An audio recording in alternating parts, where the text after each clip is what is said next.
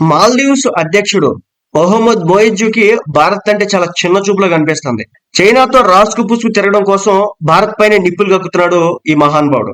అయితే మన Indian military army పై కూడా కొన్ని అడ్డగోలు కామెంట్లు చేస్తున్నాడు. విషయంలోకి వెళ్తే మాల్దీవ్స్ అధ్యక్షుడు మొహమ్మద్ మొయిజ్జు తన భారత వ్యతిరేకత వైఖరి ఎక్కడ పడితే అక్కడే చూపిస్తున్నాడు. పార్లమెంట్ లో మరోసారి భారత బలగాల గురించి మాట్లాడాడు.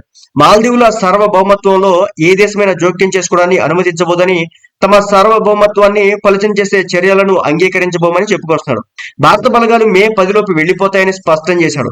భారత్ మాల్దీవులు ఈ విషయంపై ఏకాభిప్రాయానికి వచ్చాయని చెప్పినట్టు స్థానిక మీడియా రిపోర్ట్ చేసింది. మాల్దీవుల్లోని 3 వైమానిక నివేదికల్లో ఒక ప్లాట్ఫామ్ నుంచి భారత బలగాలు మార్చి 10 లోపు వెళ్లిపోతాయని ఈ మహమ్మద్ మేజీ చెప్తున్నాడు. ఇక మిగిలిన 2 ప్లాట్ఫామ్లపై మే 10 లోపు వెళ్లిపోతాయని చెప్పుకొస్తున్నాడు. భారత్ తో మాల్దీవుల జలాలకు సంబంధించిన ఈ అగ్రిమెంట్ ను ఇక ముందు కొనసాగించబోమని కూడా స్పష్టం చేశాడు.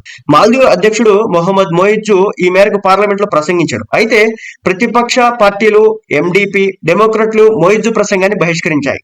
ప్రెసిడెంట్ మొయిజ్జు ప్రసంగాన్ని కేవలం 24 మంది ఎంపీలు మాత్రమే చూశారు. కాగా 56 మంది ఎంపీలు ఆయన ప్రసంగాన్ని తిరస్కరించారు. ఇదిలా ఉండగా ఈ అధ్యక్షుడు మొహమ్మద్ మొయిజ్జుపై అభిశంసన తీర్మానానికి ప్రతిపక్షాలు ప్రయత్నాలు చేస్తున్నాయి.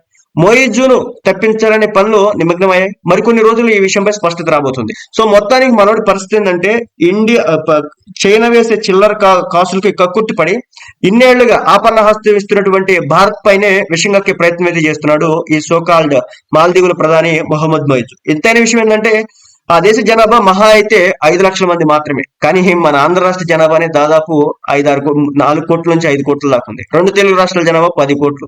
వీడు భారత ప్రధాని గురించి, భారతదేశకు సంబంధించి రాజకీయాల గురించి మాట్లాడుతున్నటువంటి పరిస్థితి.